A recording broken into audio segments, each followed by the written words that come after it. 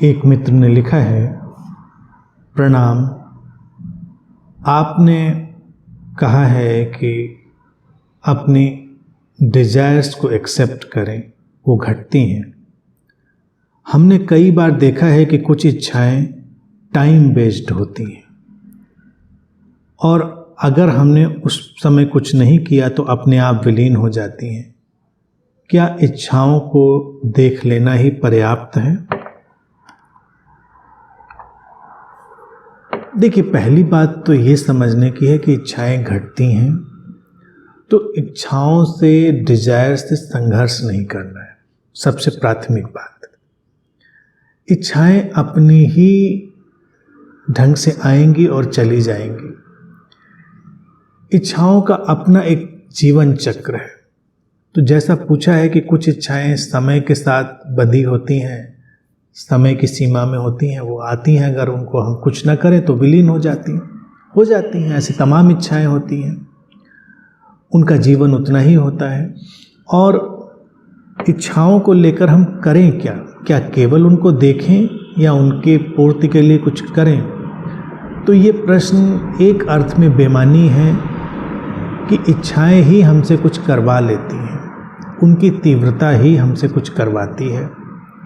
हम क्या करेंगे क्या नहीं करेंगे ये तय करना हमारा एक भ्रम है, लेकिन इच्छाओं के प्रति सचेतन हो जाना, उनको देखना, ये एक नया अध्याय है जो हम उसमें जोड़ते हैं। आध्यात्मिक साधना यही है।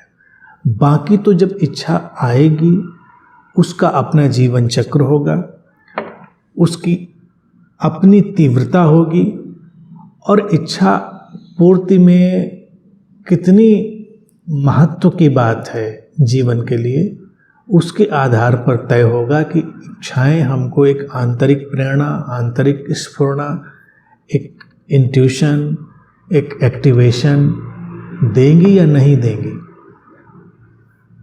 बहुत सारी चीज़ें हैं जो हमारे जीवन के लिए अनिवार्य हैं, तो उस अनिवार्यता के धरातल से अगर कोई इच्छा उठी है तो इच्छा में वेग, इच्छा में ऊर्जा ही इतनी होगी कि वो हमसे बहुत सारी चीज़ें करवाएगी। लेकिन अगर हम सचेतन होंगे, हम जागरूक होकर देख रहे होंगे, तो हमारे सारे कृत्य कहीं ज़्यादा परिमार्जित, कहीं ज़्यादा श्रेष्ठ होंगे। हमारे माध्यम से जो भी हो रहा होगा वो जीवन को ज़्यादा रूपांतरण देने वाला होगा। इच्छाएं तो जैसी हैं वैसी ही अपनी जगह रहेंगी। इसीलिए मैं हमेशा कहता हूँ, इच्छाएं निर्दोष हैं, उनके साथ मत उलझो, लड़ो नहीं कि ये इच्छा क्यों थी, वो इच्छा क्यों थी।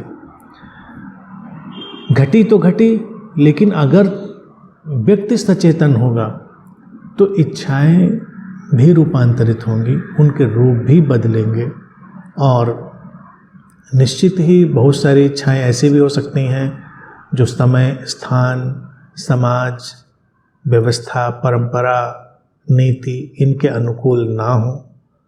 तो उन इच्छाओं को जब हम बहुत सजगता से देखते हैं और अपने भीतर वो सारी स्पष्टता रखते हैं तो वो भी विलीन हो जाती हैं या फिर कोई अपना नया सृजनात्मक रूप ले लेती हैं। तो मूल बात से ही शुरू करना है कि इच्छाओं से लड़ना नहीं है। आध्यात्मिक व्यक्ति बहुत कोशिश करता है डिजायरलेस होने की। डिजायरलेस होने का एक ही अभिप्राय है अध्यात्म में, इच्छाओं से अपना तादात्म्य तोड़ देना। मेरी इच्छा है, मैं इच्छा कर रहा हूँ, ये मैं चाहता हूँ, ये तादात्म्य को तोड़ देना, वही सही अर्थों में डिजायरलेस होना है। डिजायरलेस होने का अभिप्राय ये नहीं कि कोई इच्छा उठेगी ही नहीं, क्योंकि इच्छाएं वैसे ही उठती हैं जैसे हमारे अंदर सांसें चलती हैं, जैसे हमारे अंदर जीवन बहता है। वो जीवन को चलाए रखने के लिए आवश्यक और अनिवार्य घटनाएं हैं। तो उनसे बस केवल अपना आइडेंटिफिकेशन तोड़ लेना है। जो हमने अपना अहम, अपना पर्सनलाइज्ड ईगो उनके साथ, डिजायर्स के साथ अटैच कर दिया है, उसको विड्रॉ कर लेना है, उसको हटा लेना है। फिर इच्छाएं आएंगी जाएंगी और वो जीवन को और सृजनात्मक भी बनाएंगी, जीवन को सुंदर भी बनाएंगी। तो ये उलझाव तो व्यक्ति पूरी सजगता के साथ समाप्त कर सकता है और फिर इच्छाओं का सारा नृत्य, उनका आरोह अवरोह वो सजग होकर देखता रह सकता है।